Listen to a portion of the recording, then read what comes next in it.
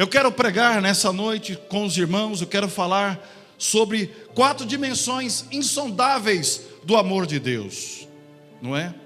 E para isso eu gostaria que você abrisse a sua Bíblia em Efésios capítulo 3, verso 16 ao verso 19. Efésios capítulo 3, verso 16 ao verso 19. Glória a Deus. Efésios 3, 16 a 19. Efésios 3, 16 a 19. Você que recebeu uma Bíblia que nós emprestamos para você, que página que está, irmãos? Página 11, 25. Glória a Deus.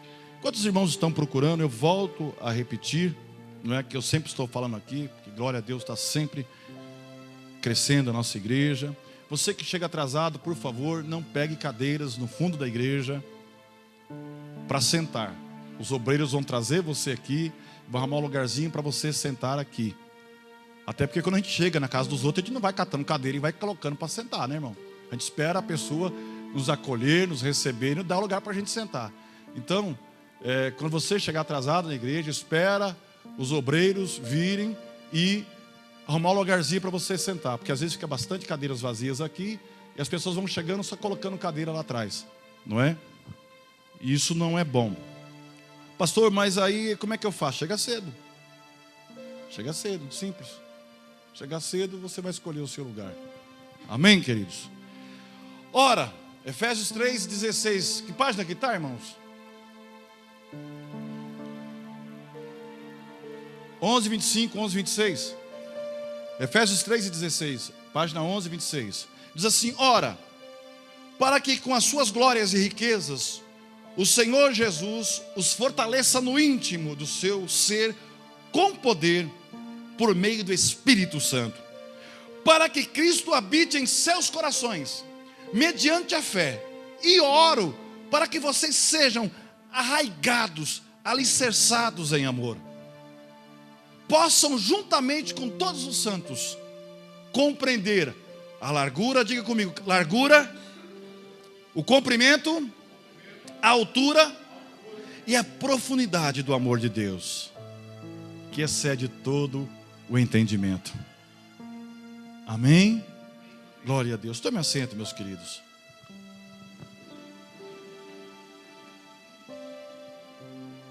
Glória a Deus. Coisa linda, né? Coisa mais linda que tem é enxergar vocês daqui. É uma visão privilegiada que infelizmente vocês não têm, e eu tenho. Eu vejo a luz de Deus brilhar nos olhos de vocês, no rosto de vocês. A gente percebe o operar de Deus na vida dessa igreja. Amém, irmãos? Estou feliz por você estar aqui, e pode ter certeza, quem ganha com isso não sou eu, mas quem ganha com isso é o Senhor Jesus. Olha que coisa linda. O apóstolo escreve aos Efésios, aqueles que moravam em Éfeso, né? E ele fala que para que o amor de Deus seja arraigado, alicerçado nos corações daqueles que moravam em Éfeso, né? E ele diz no verso 18 que possam juntamente com todos os santos compreender a largura, o comprimento, a altura e a profundidade do amor de Deus. E aí no verso 19 ele fala que excede todo o entendimento. Por que excede todo o entendimento? Nós não conseguimos entender o amor de Deus. Eu confesso para vocês que na minha formação militar, algumas coisas eu não consigo entender. Na minha razão humana eu não entendo. Obviamente que eu olho para o Espírito Santo de Deus da minha vida e entendo tudo. Mas eu não consegui entender como um rapaz, há mais ou menos 10 anos atrás, 12 anos atrás, que foi apelidado de o motoboy, né, o matador de mulheres, que estuprava as mulheres depois de morta, não é? Não eram nem vivas, né? É porque ele colocava essas mulheres na moto, convencia e levava lá para o Matagal, em São Paulo. E depois de alguns anos eu vejo o Roberto Cabrinho entrevistando ele, e ele dizendo que conheceu Jesus na cadeia e se converteu. E eu não entendo isso. Porque meu senso de justiça é muito forte. O nosso senso de justiça é muito forte. E a gente, na nossa cabeça, na nossa justiça, a gente quer que essa pessoa mofe na cadeia. E de repente, em algumas situações, que morra, né? Não é assim? Mas deixa eu falar uma coisa para você. O amor de Deus, que eu vou dizer para você nessa noite. E o apóstolo Paulo diz que para que esse amor seja enraigado, aprofundado, alicerçado nos corações, para que nós possamos entender a largura, o comprimento, a altura e a profundidade do amor de Deus, que excede todo entendimento. Não dá para entender. Não dá para entender. Não dá para entender, porque se alguém soubesse realmente quem você é, se alguém conhecesse os seus mais íntimos pensamentos e desejos, as pessoas não queriam nem conversar com você. Não dá para entender o amor de Deus por nós, excede o entendimento, que mesmo Ele nos conhecendo mais que nós mesmos, Ele continua nos amando. Quem não já conversou com alguém e pensou coisas absurdas sobre aquele alguém? Quem não já conversou com alguém, estando conversando com esse alguém, já pensou, ou vontade de matar, não é? Ou vontade de estraçalhar. Quem não já conversou com alguém, algumas mulheres, né? Ai, como você está linda. A mulher vira, mas Deus, que coisa, que mau gosto, não é? Deus te conhece. A palavra não chegou na sua boca ainda. Ele já sabia o que você ia dizer. Mas o lindo e maravilhoso disso é que Ele nos conhecendo, Ele continua nos amando. Então nós vamos falar sobre a largura, a profundidade, a altura e o comprimento do amor de Deus. Primeiro em João capítulo 3, verso 16, é um texto que praticamente todos os evangelhos conhecem, que é o texto áureo do evangelho. Porque Deus amou o mundo de tal maneira, aí João não consegue dizer que maneira que é. Ele disse, Deus amou o mundo de tal maneira, que deu o seu Filho unigênito, único Filho, para morrer em nosso lugar, para que todo aquele que nele crê, não pereça, mas tenha a vida eterna. E aí João diz, tal maneira, ele não consegue mensurar, que maneira é essa? Que tamanho de amor é esse? Não é? Glória a Deus. A largura, comprimento, altura e profundidade do amor de Deus. Vamos falar de largura. Em Marcos capítulo 16 e verso 15. Jesus diz lá, é um texto que todos conhecem também. Ide por todo mundo, pregar o evangelho a toda criatura. A largura do amor de Deus. O amor de Deus atinge a todas as pessoas. Indistintamente. Atinge a todas as pessoas. É interessante quando você vai para Lucas capítulo 19, verso 1, verso 2 em diante. Conta a história de um homem rico chamado Zaqueu. E diz assim no verso 1 de Lucas 19: e tendo Jesus entrado em Jericó, ia passando. E eis que havia ali um homem chamado Zaqueu, e era chefe dos publicanos, e era rico. Jesus entrando em Jericó, olha a largura do amor de Deus. Jesus entrando em Jericó, o homem muito rico queria ver Jesus, mas ele não podia estar entre as pessoas, porque ele era um cobrador de impostos, ele era um fiscal de renda, ele multava as pessoas, ele era odiado, e os impostos eram muito altos. E também ele tinha uma estatura pequena, ele era um baixinho invocado, né? E ele resolveu subir numa figueira, porque Jesus ia passar naquela figueira, debaixo daquela figueira com aquela multidão. E quando Jesus ia passando, Jesus olha para cima, para e diz, Zaqueu. E vem na mente de Zaqueu, como é que Jesus sabia que ele estava ali? Ô Zaqueu, você queria me ver? O coração de Zaqueu veio na boca. Aleluia. Zaqueu, você queria me ver, mas o meu amor, essa é a minha expressão agora, isso não está escrito, mas o meu amor é tão grande por você, que você não somente vai me ver, daqui para frente está escrito o que eu vou dizer, mas hoje convém que eu vá pousar na sua casa, eu vou dormir lá na sua casa, Zaqueu. Aleluia. O homem rico, rico. Vocês estão me entendendo? Sim ou não? O homem rico.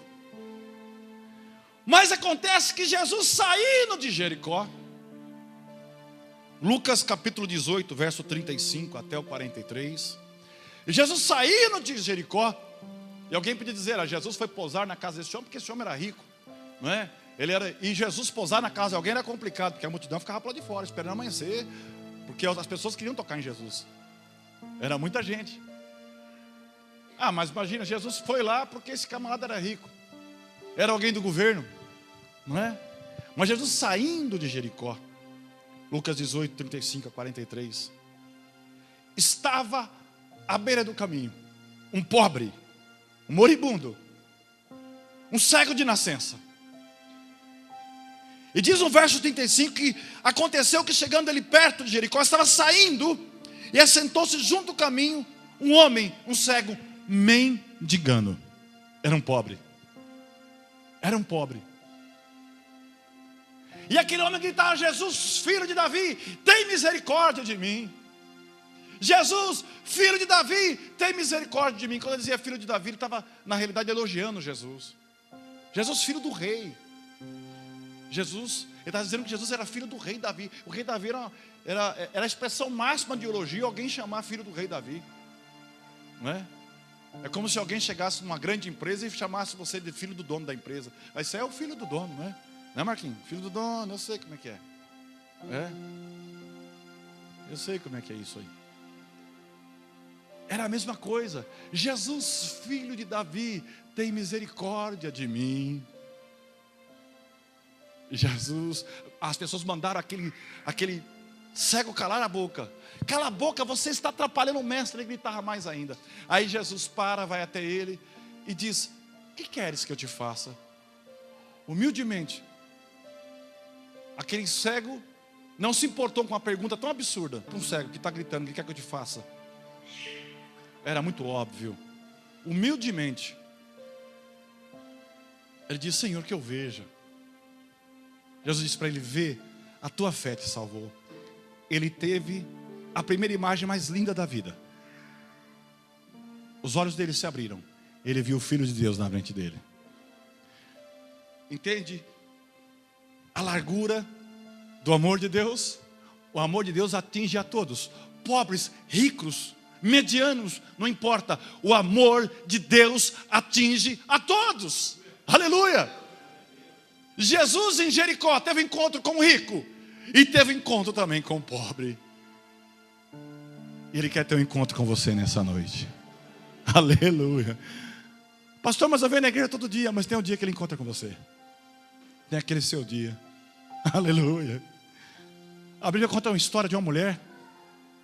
Olha o cumprimento do amor de Deus. Que ia buscar água todos os dias no mesmo poço. E ela ia ao meio-dia, lugar, um horário terrível, um horário que não é apropriado para buscar água. Porque ela era mulher pecadora. E ela era discriminada.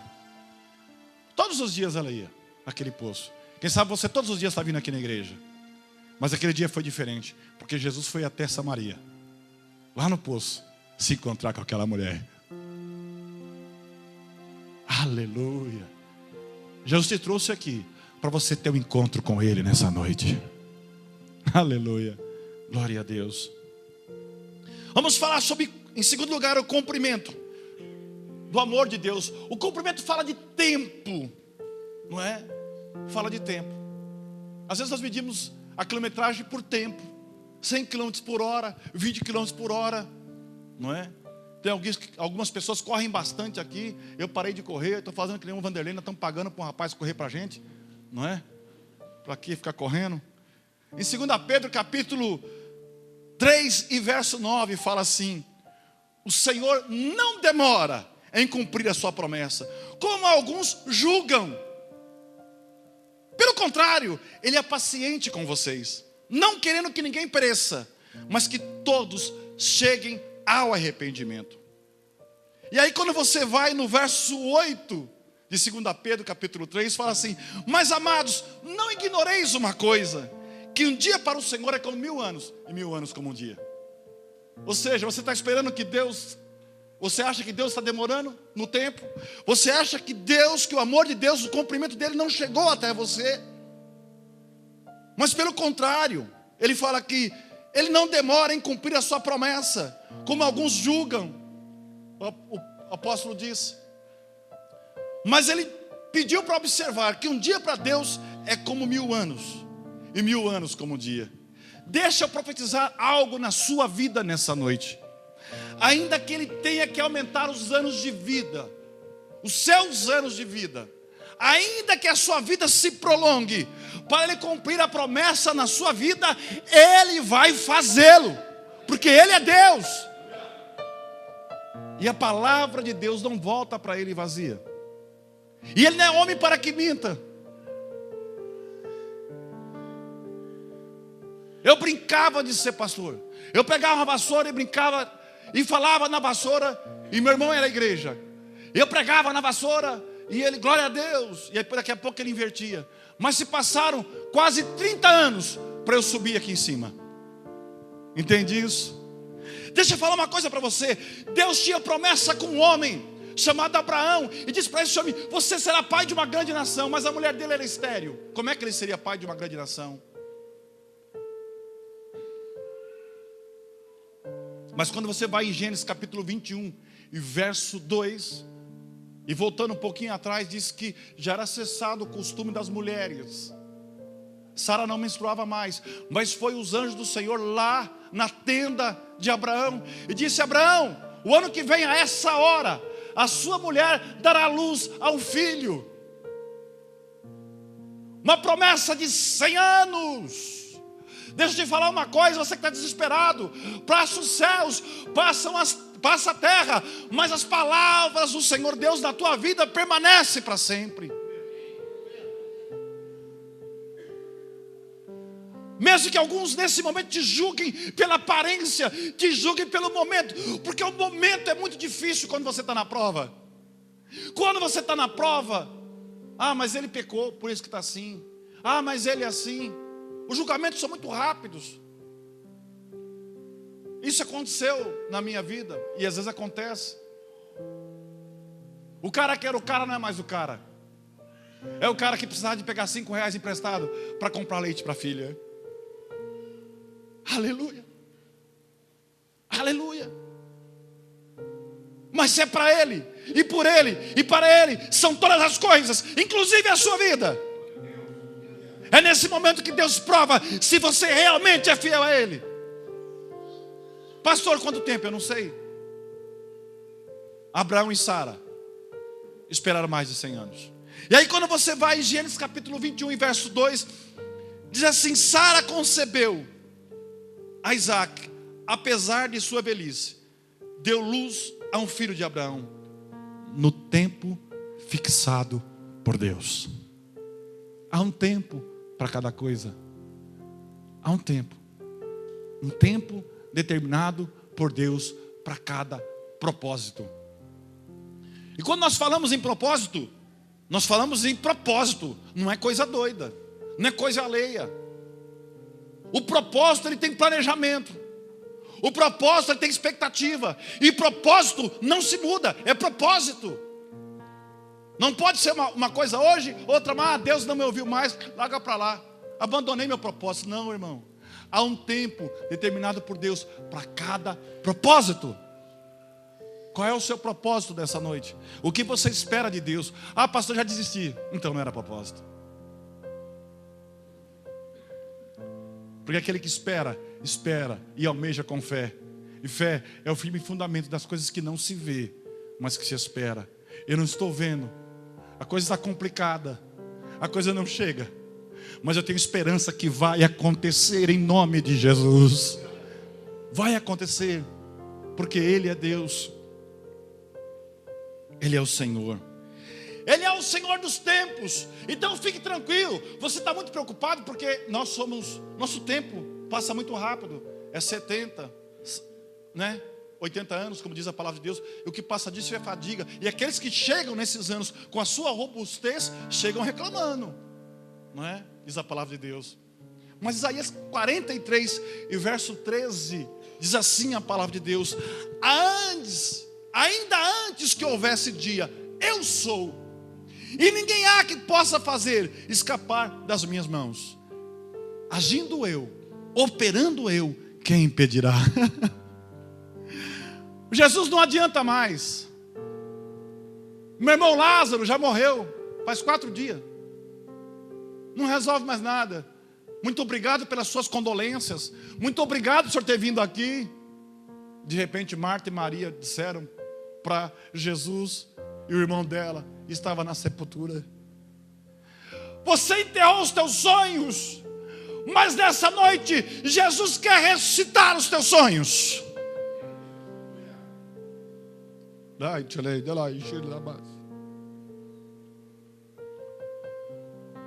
Jesus quer ressuscitar os teus sonhos. E Marta questiona Jesus, porque Jesus manda tirar a pedra da frente do túmulo. Mas Jesus, já cheira mal, não nos faça sofrer mais, já a dor da perda, essa situação toda, o Senhor mandando tirar a pedra. Ô Marta, aqueles que creem em mim, ainda que estejam mortos, viverão, porque eu sou a ressurreição e a vida.